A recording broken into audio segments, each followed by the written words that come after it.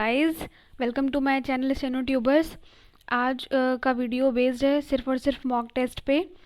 तो पहले तो आपके कई बच्चों के मन में ये क्वेश्चन आता है कि कौन सा मॉक टेस्ट लेना चाहिए, या कौन सा टेस्ट अच्छा है, या कौन सा टेस्ट ऐसा ख़रीदें कि जिससे उनकी प्रैक्टिस अच्छी हो। तो मेरा ये पूरा वीडियो आज इसी पर बेस्ड है। मैं आपके सारे डाउट्स क्लियर करूँगी एंड अपनी तरफ से पूरी कोशिश करूँगी कि आपको आप जो भी टेस्ट सीरीज़ लें वो आपके एग्ज़ाम में आपके लिए यूज़फुल हो। तो पहला क्वेश्चन है, which mock test is the best for SSC steno. तो स्पेशली मैं एसएससी स्टेनो के लिए आपको मॉक टेस्ट चूज़ करने का तरीका बताती हूँ। ठीक है। नेक्स्ट है कि कैसे पता चले कि कौन सी अच्छी है। ठीक है, तो आपको ये कैसे पता चलेगा कि कौन सी मॉक टेस्ट किस टेस्ट सीरीज़ अच्छी है। ओके।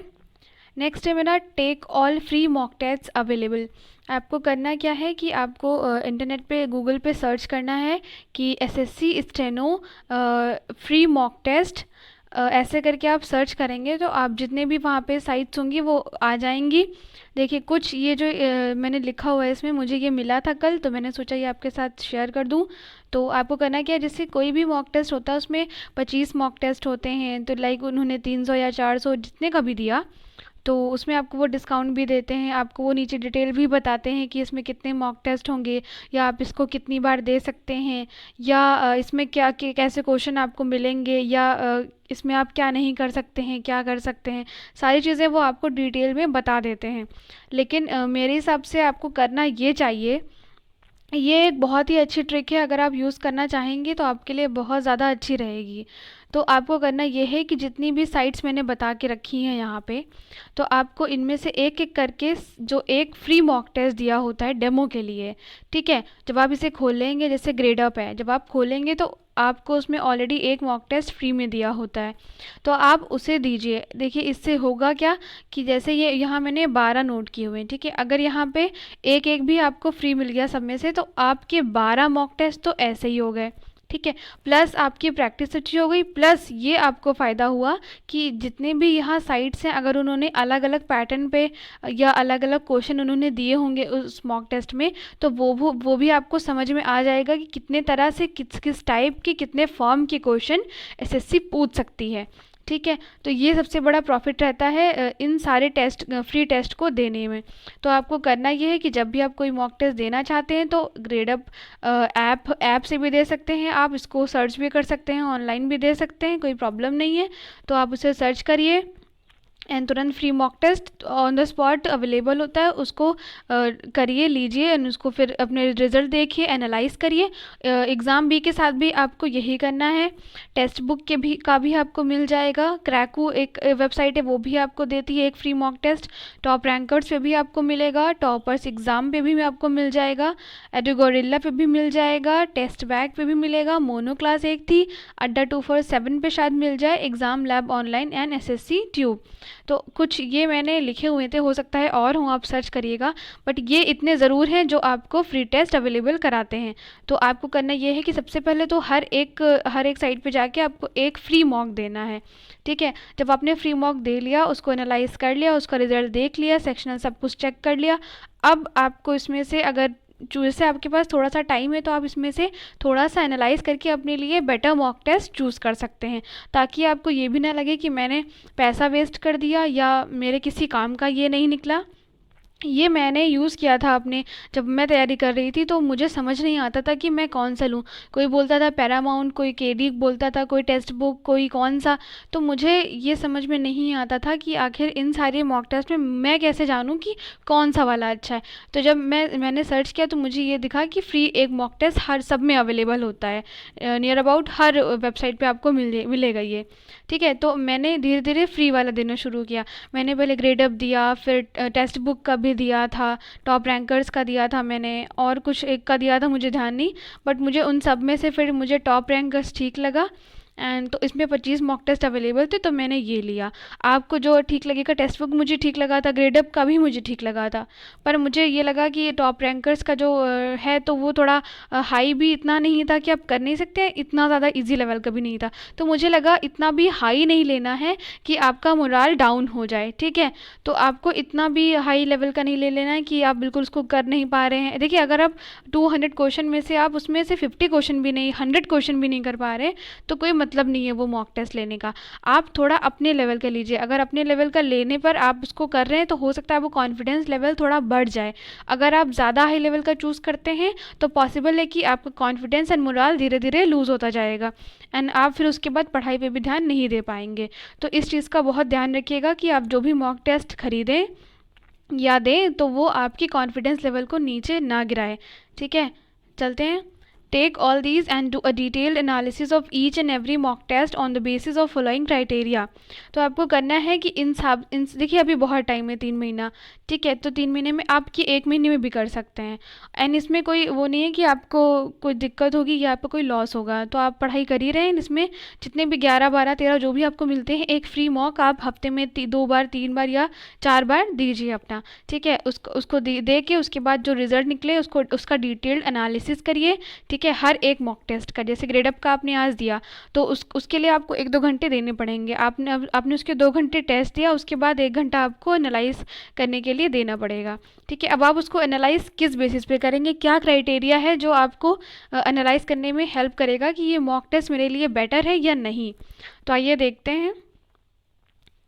देखिए, पहला पॉइंट आपको चेक करना है, it should be strictly based on TCS pattern.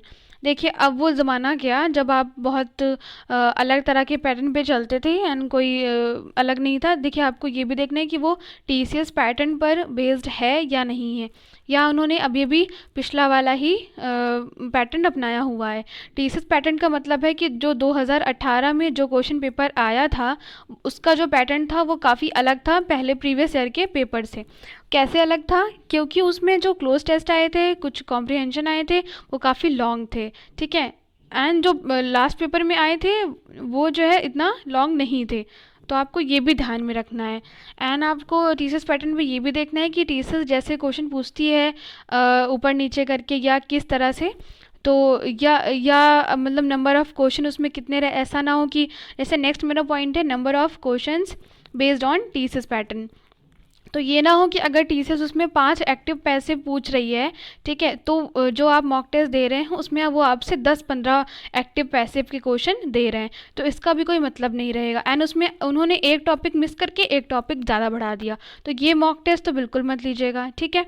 तो आपको देखना ये है कि टीसीएस ने जिस हिसाब से, जिस तरह से, जितने नंबर के क्वेश्चन पूछे थे, अगर हल्का फुल्का भी मतलब थोड़ा भी सेम हो रहा है तो कोई प्रॉब्लम नहीं है, ठीक है, थोड़ा ऊपर नीचे चलेगा। लेकिन ऐसा ना हो कि आप उसमें से उन्होंने बिल्कुल एक क्लोज पैसेज दिया है एंड 15 एक्टिव पैसेज दे दिए, तो ये चीज़ आपको नहीं करनी है, ठीक है। नेक्स्ट है मेरा number of cloze test and reading comprehensions should not be more और लेस, ठीक है।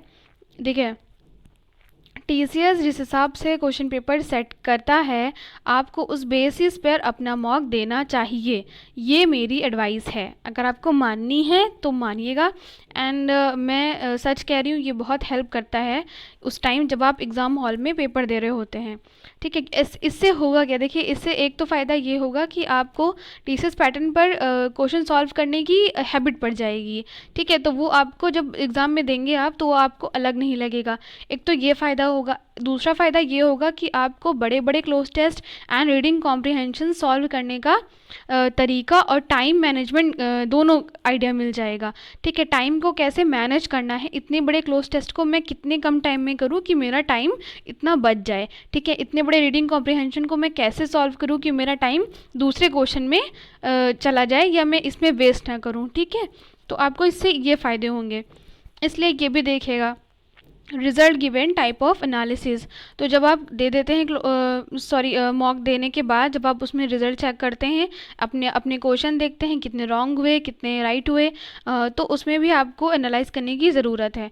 ये भी देखिए कि क्या वो आपको अदर स्टूडेंट्स में रैंक बता रहा है। जहाँ तक मुझे ध्यान है तो मैं जब देती थी टॉप रैंकर्स पे तो रैंक वो बताता था, ठीक है।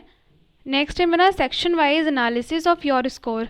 देखिए ये भी देखिए कि क्या वो आपके इंग्लिश, जैसे इंग्लिश का एक सेक्शन होता है, एक जीएस का, एक रीजनिंग का, क्या वो आपको रीजनिंग, जीएस एंड इंग्लिश तीनों सेक्शन का अलग अलग सेक्शनल करके वो आपके स्कोर बता रहा है, या वो आपके स्कोर को एनालाइज करने की कोशिश करा है भी कि नहीं उसने किया है। ठीक है।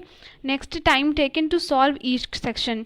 आपको ये भी देखना है कि क्या वो आपको ये बता रहा है कि आपने कितना टाइम लिया है हर एक सेक्शन को सॉल्व करने में। कई मॉक्स ऐसे भी होते हैं जिनमें आपको आपने एक क्वेश्चन को सॉल्व करने में कितना टाइम लिया है वो भी वो आपको बताता है। तो ये तो और भी ज़्यादा अच्छा होगा। इससे होगा क्या कि आप अपने टाइम को मैनेज कर पाएंगे, उसे एनालाइज कर पाएंगे कि मैं एक क्वेश्चन में, जैसे कभी कभी होता है कि रीजनिंग में जैसे एक सीरीज़ का क्वेश्चन आया, तो आप उसमें आपने 5 से 10 मिनट दे दिया, एक ही क्वेश्चन में आप लगे हैं, तो उसके बाद में जब आप देखेंगे उसके चक्कर में आपका इंग्लिश का या जीएस का कोई क्वेश्चन छूट गया, तो आप जब बाद में देखेंगे तो आपको ये पता चलेगा कि आपको जो ज़्यादा टाइम चला गया वो चला गया रीजनिंग के क्वेश्चन में, एंड जो क्वेश्चन आप कर सकते थे इंग्लिश एंड उसमें जीएस में, तो वो आपका रह गया। यहाँ पे भी बहुत ध्यान देने की ज़रूरत है। नेक्स्ट है स्पेलिंग एरर्स। तो स्पेलिंग एरर्स भी देखनी, ऐसा तो नहीं कि किसी क्वेश्चन में आप वो स्पेलिंग उनकी रॉन्ग है या किसी तरह की एरर है क्वेश्चन में। ठीक है, ये भी बहुत ज़रूरी है देखना। और इनकरेक्ट आंसर्स, ये भी देखिए कि जो क्वेश्चन के आंसर उन्होंने प्रोवाइड किए हैं क्या वो गलत तो नहीं है, क्या उनमें कोई डेट्स वगैरह गलत नहीं है, ये भी बहुत ज़रूरी है चेक करना। कंटेन्स प्रीवियस ईयर्स क्वेश्चंस, ये भी देखिए क्या उनमें प्रीवियस ईयर के क्वेश्चन हैं या नहीं है। अगर नहीं है तो कोई प्रॉब्लम नहीं है। ठीक है, अगर होते हैं तो बहुत अच्छा। Past record of your marks, ये भी देखिए कि जो मॉक आप दे रहे हैं क्या वो आपके जो आपने जो पास में मॉक्स दिए हैं उसमें, ये तो खैर आप जब उसके बाई करेंगे तो ही आप देख सकते हैं, लेकिन ये भी बहुत ज़रूरी पॉइंट है। ठीक है, ये भी इंक्लूड करना चाहिए कि आपके जो जैसे आपने 4 मॉक्स दे दिए तो उन चारों के मार्क्स के कंपैरिजन वो कर रहा है या नहीं कर रहा है। ठीक है। नेक्स्ट है कंपैरिजन ऑफ योर स्कोर्स, जैसा मैंने कहा कि स्कोर्स का कंपैरिजन भी बहुत ज़रूरी है। ठीक है। नेक्स्ट है सबसे ज़रूरी चीज़ तो आपके लिए है good internet connection and speed. ठीक है, अगर आपकी इंटरनेट की स्पीड अच्छी नहीं होगी तो बीच बीच में वो ऑफ हो जाएगा, बंद हो जाएगा, आपको प्रॉब्लम होगी। आपको बिल्कुल ऐसे देना है जैसे आप एग्ज़ाम हॉल में देते हैं।